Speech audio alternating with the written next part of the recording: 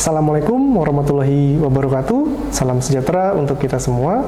Perkenalkan, saya Indra Cahyadinata, dosen program studi S1 Fisioterapi Institut Ilmu Kesehatan Bakti Wiyata Kediri. Saya akan menjelaskan salah satu tugas saya di bidang pendidikan dan pengajaran, di mana saya mengampu mata kuliah fisioterapi geriatri. Mata kuliah fisioterapi geriatri ini memiliki bobot sebanyak 2 SKS dan terbagi menjadi 1 SKS teori dan 1 SKS praktikum yang diampu di semester kelima. Mata kuliah ini merupakan salah satu mata kuliah inti wajib yang ditujukan untuk mengembangkan kemampuan mahasiswa dalam mencapai kemampuan dalam profil lulusan Diploma 3 Fisioterapi. Mata kuliah ini membahas konsep dan aplikasi fisioterapi geriatri berdasarkan pendekatan biopsikososial dan evidence-based practice pada populasi lanjut usia. Cakupan pembelajaran meliputi proses penuaan normal dan patologis, sindrom geriatri, asesmen komprehensif berbasis ICF, clinical reasoning, penetapan diagnosa fisioterapi, perencanaan dan pelaksanaan intervensi terapeutik, serta evaluasi hasil pelayanan fisioterapi pada berbagai kondisi yang mempengaruhi fungsi dan kualitas hidup lansia. Dalam penentuan CPMK, saya mulai dengan menyusun RPS yang dilakukan bersama tim dosen yang telah disetujui oleh Kaprodi. Dalam RPS ini memuat tentang CPMK mata kuliah geriatri, yaitu mahasiswa mampu memahami faktor-faktor yang mempengaruhi perubahan anatomi, fisiologi pada kasus geriatri, mampu memahami perilaku geriatri dan kondisi patologi serta masalah-masalah yang dialami oleh geriatri yang terkait dengan kemampuan fungsi dan gerak, serta mampu melakukan komunikasi, proses fisioterapi, dan intervensi pada geriatri. Adapun referensi utama yang saya gunakan berdasarkan pada pustaka utama seperti buku teks, jurnal penelitian, serta sumber lainnya yang relevan. Dalam menciptakan mutu pembelajaran yang optimal, saya mengaplikasikan metode delivery, interaction, dan assessment dalam proses pembelajaran, di mana dalam unsur delivery, saya memanfaatkan berbagai media pembelajaran, seperti presentasi yang dirancang secara menarik, video pembelajaran, serta sumber belajar lainnya yang relevan. Pemanfaatan media tersebut bertujuan untuk meningkatkan minat belajar dan membantu mahasiswa memahami materi secara lebih efektif.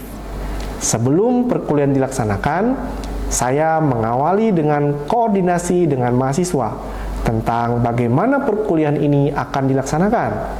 RPS dan kontrak perkuliahan dapat mahasiswa download di platform Online Administration School Information Service atau OASIS, dan juga aplikasi Moodle untuk materi pembelajaran sebagai Learning Management System yang diterapkan di IK Bakti Wiyata.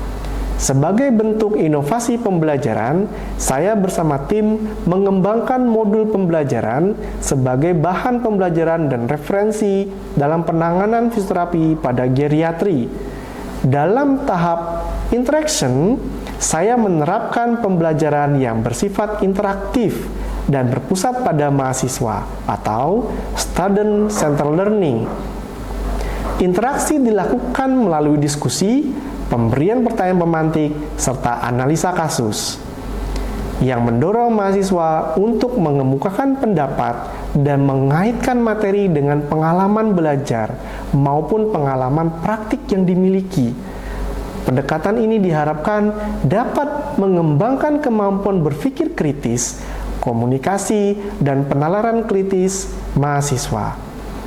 Pada tahap asesmen, saya melakukan penilaian melalui tugas individu, presentasi, praktikum, UTS, dan UAS. Hasil penilaian digunakan untuk mengukur ketercapaian CPMK sebagai dasar perbaikan proses pembelajaran pada semester berikutnya.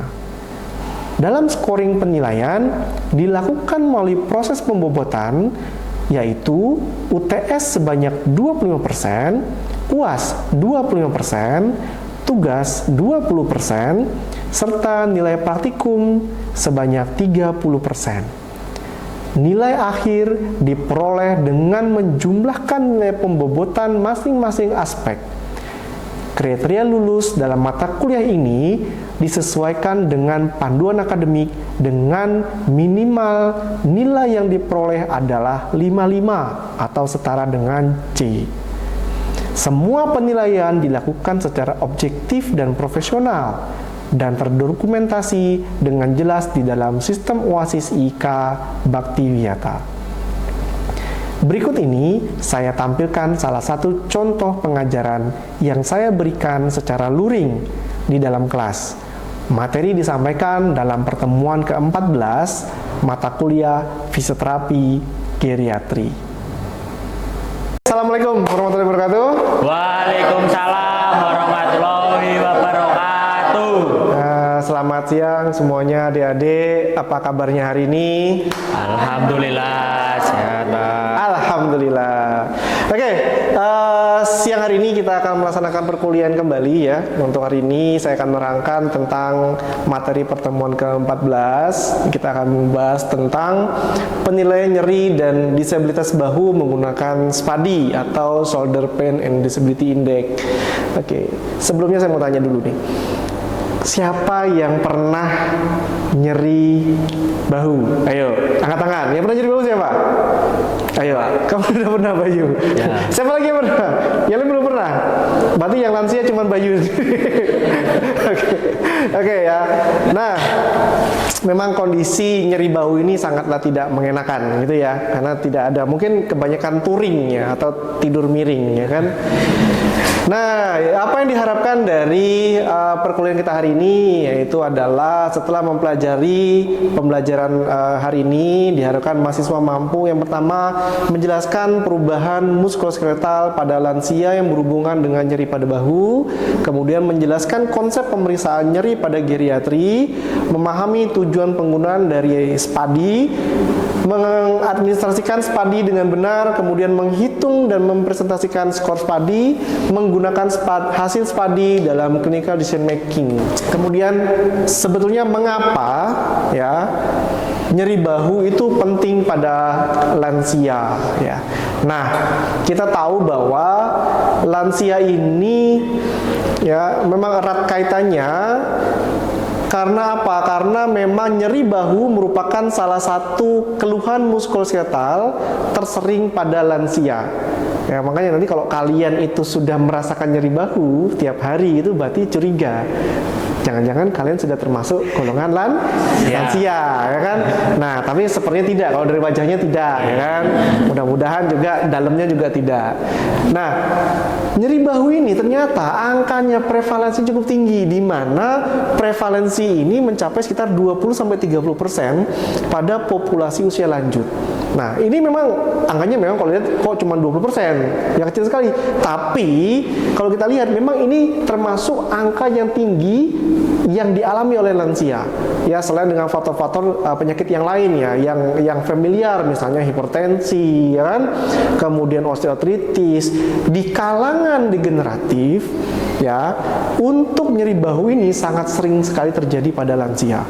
Ya, makanya dia prevalensinya 20% sampai 30% itu mengalami yang namanya nyeri bahu ya. Jadi kalau logikanya kalau dari 10 berarti ada 2 yang nyeri bahu, ya kan?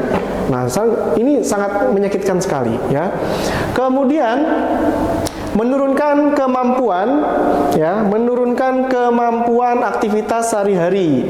Jelas sekali bahwa kalau yang namanya nyeri sudah timbul di bahu, karena begini, bahu ini ya itu digunakan dalam aktivitas sehari-hari. Ya kan? Ya kan, kalian makan pakai tangan. Bayangkan kalau memakai tangan bahunya nggak gerak, Gimana caranya? Hah, kepala yang turun, ya kan? Nah, ini nggak bisa, ya kan? Jadi menggunakan bahu ini digunakan dalam aktivitas sehari-hari. Ya, makanya itu kalau sampai bahu ini memiliki masalah, mau tidak mau, ya pasien tersebut atau lansia tersebut juga mengalami masalah, ya kan? Kemudian menurunkan kualitas hidup. Kita tahu bahwa memang untuk lansia ini yang paling penting sekarang adalah kemampuan lansia dalam menaikkan kualitas hidupnya. Ya, harapannya apa? Harapan kualitas hidupnya menaik, semakin baik gitu. Jangan sampai sudah lansia tapi malah merepotkan dari orang lain, ya kan? Aktivitasnya nggak bisa, mau ngapa-ngapain, mau ke pengajian nggak bisa, ya kan? Mau beribadah juga susah. Ini jadi masalah. Makanya ya penting sekali untuk mengetahui problem yang terjadi pada pada bahu itu, pada lansia itu apa, biar kita tahu bahwa memang kualitas hidup lansia itu memang sangat berpengaruh ketika terjadi nyeri pada bahu, ya, seperti itu. Oke, dari kalian semua kira-kira siapa yang pernah mengalami nyeri bahu dan tahu disebabkan karena apa? Saya, Pak. Oke, silakan Bayu. Jadi yang pernah itu frozen shoulder, Pak. Jadi terjadi perlengketan pada sendi. Hal tersebut disebabkan oleh perubahan viskositas pada cairan sinovial. Nanti menyebabkan bahunya nyeri. Terus perubahan gerak itu jadi terganggu, Pak. Aktivitas sehari-hari pun jadi terganggu, Pak. Oke, terima kasih Bayu. Oke. Tadi dari Bayu, sekarang ada yang mau menambahkan lagi? Angkat tangan. Saya, Pak. Oke, silakan Ai Naya. Oke, baik. Mungkin kalau dari saya nyeri bahu dengan penyebab lain itu ada rotator kaftir, Pak. Apa itu? Nah, rotator kaftir itu adalah suatu robekan pada tendon atau otot yang membentuk rotator kaf gitu, Pak. Oke, ada lagi? Sudah sih. Cukup? Oke, terima kasih ya Naya. Silakan duduk kembali. Terima kasih, Pak. Oke, penyebab nyeri bahu pada lansia ini memang intinya itu ada pada proses degeneratif. Nah, kenapa degeneratif? Karena memang seiring bertambahnya usia, jaringan muskuloskeletal mengalami perubahan fisiologis. Antara lain adalah penurunan jumlah dan kualitas dari serat kolagen. Ya. Nah, berkurangnya elastisitas ini juga berpengaruh nanti terhadap apa? Terhadap tendon dan ligamen. Ya, kemudian ada penurunan dari vaskularisasi. Ya, terutama di otot-otot kaf. Ya kan? Kemudian karena memang ini suatu progresif, berakibat apa? Berkurangnya massa otot. Ya, berkurangnya massa otot, ototnya semakin mengecil, ya kan, sehingga apa? Sehingga menyebabkan problem yang ada di bahu menjadi lebih kompleks. Nah, yang paling sering terjadi adalah terjadinya pengurangan dari cairan sinovial. Nah, karena kita tahu bahwa ini jenisnya adalah jenis sinovial, ya, sendi sinovial. Makanya di sana sangat membutuhkan cairan sinovial. Ketika cairan sinovial ini berkurang, maka otomatis dia akan membuat terjadinya penekanan dan terjadinya nyeri pada daerah bahu. Ya, kemudian ciri khasnya adalah apa? Karena ciri khasnya dia adalah nyeri pada saat mengangkat benda berat. Nah, jadi kalau kalian ngangkat barang ternyata sakit, nah, patut dicurigai terjadi rotator cuff tendinitis, ya, tendinopati, ya. Kemudian juga dia terjadi pada malam hari. Oke. Kekuatan bahu mulai menurun. Nah, ini. Jadi kalau dia problemnya bermasalah pada itu, ya, dia sudah mengalami penurunan pada kekuatan otot. Kemudian ada rotator kaftir, ya, rotator kaftir.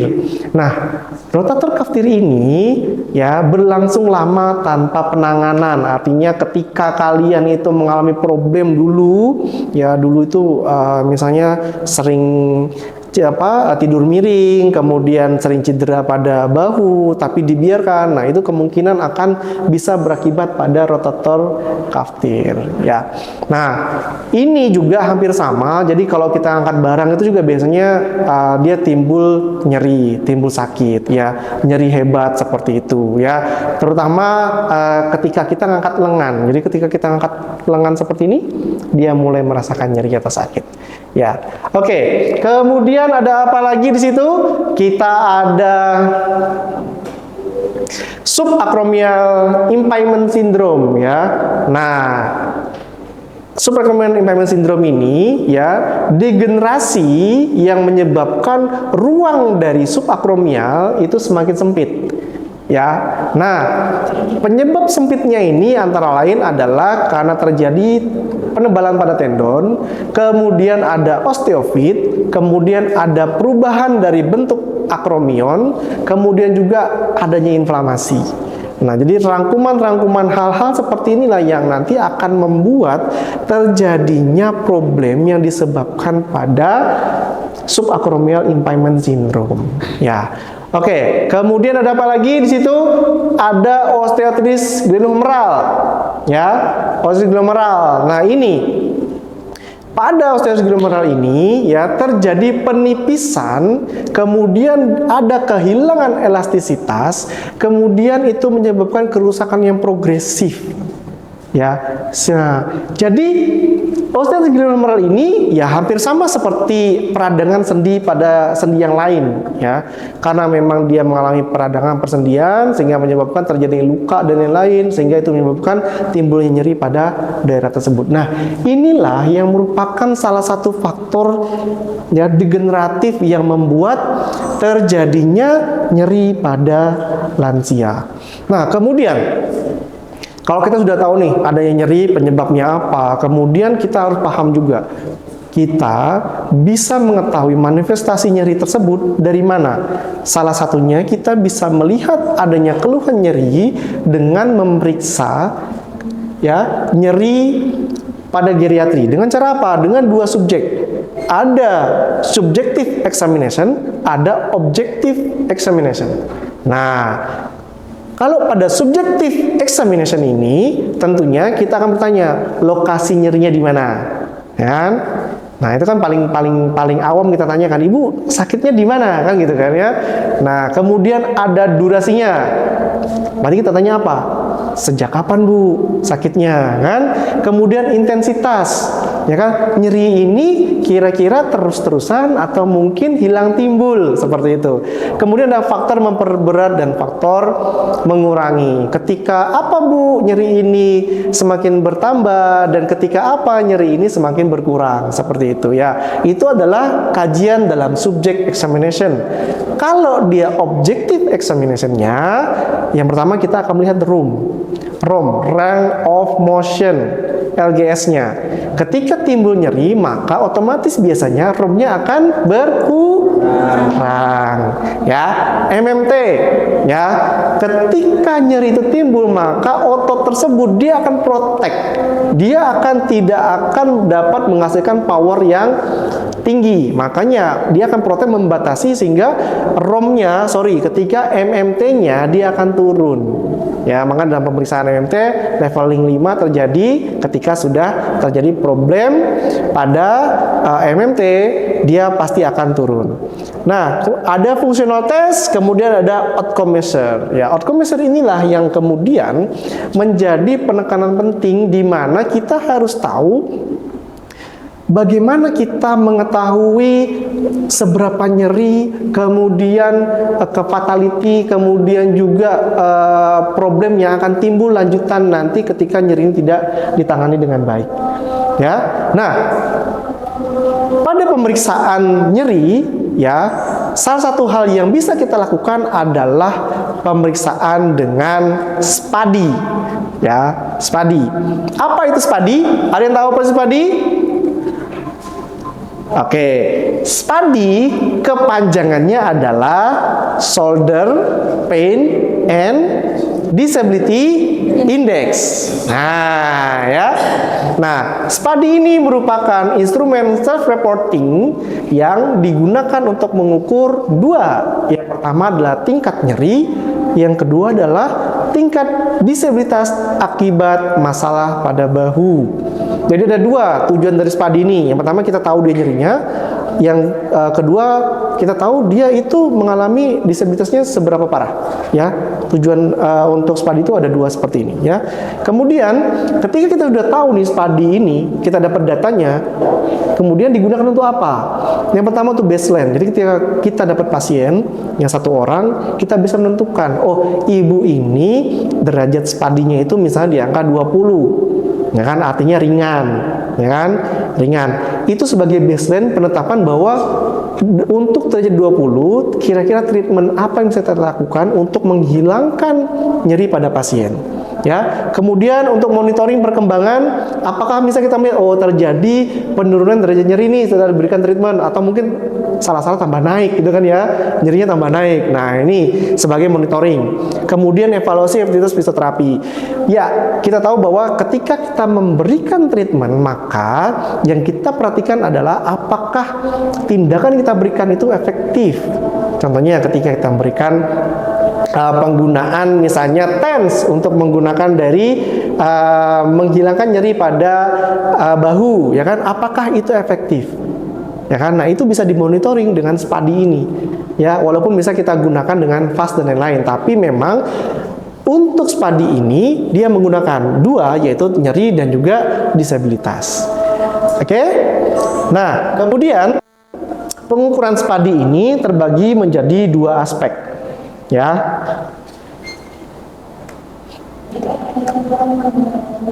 Nah, terbagi menjadi dua aspek, yaitu skala nyeri atau pain, ya. Di skala nyeri ini kita memiliki 5 butir pertanyaan, 1, 2, 3, 4, dan 5.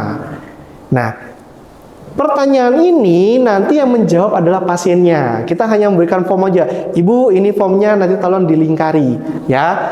Lingkari nomor yang sesuai dengan rasa nyeri yang Anda rasakan. Apabila 0, tidak nyeri sama sekali, dan 10, nyeri tidak tertahankan. Ya, jadi ada grafiknya seperti ini. Kalau dia di 0, oh berarti tidak nyeri. Kalau 1, nyerinya ringan, sangat ringan. Nyeri ya sampai naik sampai 10 ini nyeri tidak tertahankan. Berikutnya adalah skala ketidakmampuan atau disability, ya, di mana sama halnya dengan pemeriksaan pada nyeri, disability ini kita mengukur ketidakmampuan pasien yang diakibatkan oleh rasa nyerinya. Nah, untuk jumlah pertanyaannya itu lebih banyak. Kalau tadi ada 5, sekarang dia ada berapa? 1, 2, 3, 4, 5, 6, 7, 8 pertanyaan.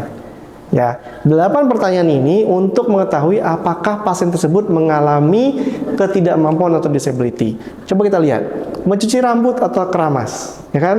Nah, sekarang kalian kan gampang keramas ya, setiap hari keramas ya kan, nggak ada sakit kan? Nah, besok kalau udah lansia bisa sakit tuh, ya kan? Wah, gitu kan? Nah, jadi nggak keramas, ya kan? Nah, kemudian ada mencuci atau menggosok punggung, ya kan? Mengenakan pakaian, mengancing pakaian, mengenakan celana, menempatkan objek pada rak yang tinggi, menjinjing objek beban 10 pon atau 4,5 kg, kemudian meraih objek dari saku belakang. Poin-poin inilah yang menjadi subjek dari pertanyaan kepada pasien. Pasien tinggal melingkari saja sekiranya yang dialami oleh pasien itu seberapa. Nyerinya timbul ketika gerakan ini seberapa, gitu ya. Saya enggak pernah sisir rambut, Mas. Biasanya disisiri oleh suami saya, gitu kan ya. Ya enggak apa-apa, coba Bu sisir, sakit apa tidak, kan seperti itu. Jadi tetap pasien tersebut harus melengkapi ke-8 objek ini, ya, sehingga nanti datanya komplit seperti itu, ya. Nah, setelah mendapatkan ke-13 poin ini, kemudian apa kita lakukan? Ya, dari ke-13 poin ini kita akan meresum dan mengelompokkan semua data, ya, untuk menjadi dasar scoring. Nah, inilah dasar scoring atau penghitungan yang ada di SPADI.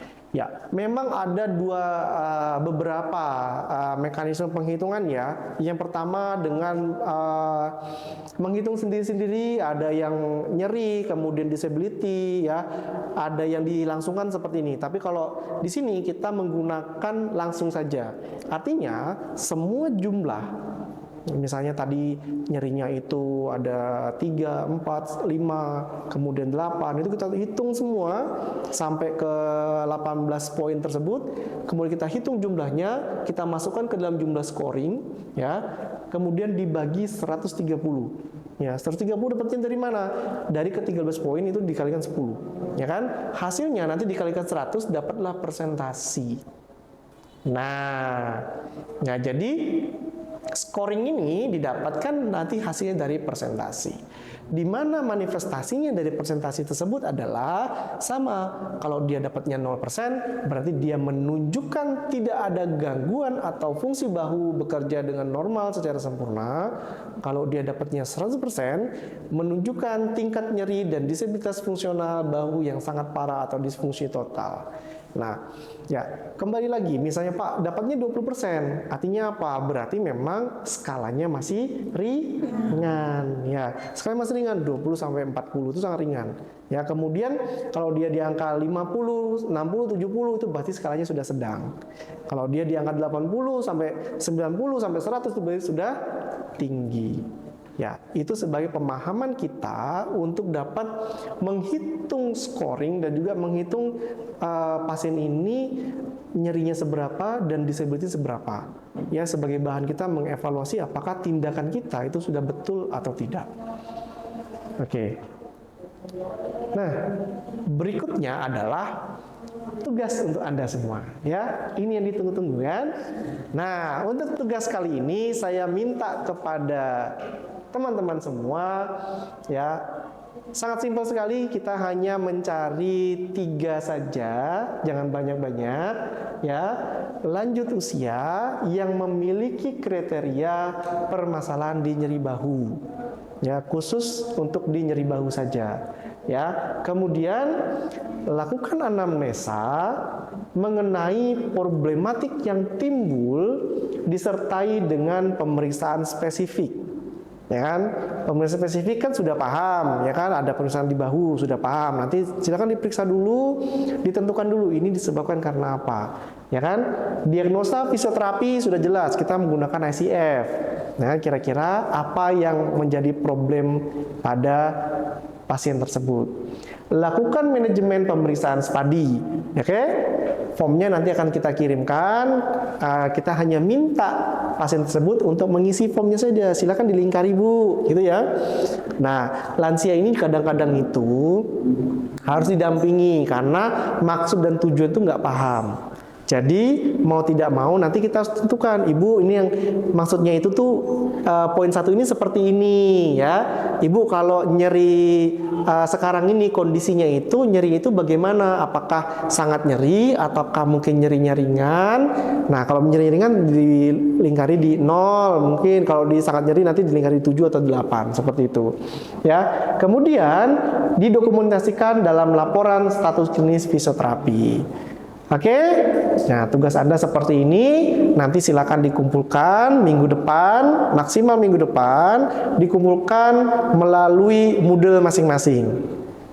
Paham? Paham. Oke. Nah,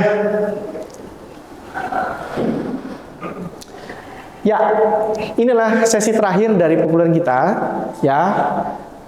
Dari materi yang sudah kita sampaikan tadi, kita dapat menarik kesimpulan bahwa pemeriksaan nyeri pada lansia merupakan bagian yang sangat penting dalam menentukan diagnosis fisioterapi. Ya, perencanaan intervensi, evaluasi hasil terapi, ya. SPADI adalah instrumen yang valid dan praktis untuk mengukur tingkat nyeri serta disabilitas bahu pada pasien geriatri. Hasil SPADI harus diinterpretasikan bersama anamnesis dan pemeriksaan fisik agar keputusan klinis lebih akurat serta mendukung praktik fisioterapi berbasis bukti. Nah, jadi memang SPADI ini sangat relevan jika nanti kalian sudah praktik mandiri, itu silakan dilakukan SPADI untuk bisa mengetahui 2 hal. Jadi pengukuran tidak hanya dilakukan dengan menggunakan VAS. Oke, seperti itu. Oke, baik. Terima kasih. Akhir kata, wassalamualaikum warahmatullahi wabarakatuh. Demikian video pembelajaran dalam rangka pemenuhan Tridharma Perguruan Tinggi dalam bidang pendidikan dan pengajaran. Kurang lebihnya mohon maaf. Wassalamualaikum warahmatullahi wabarakatuh.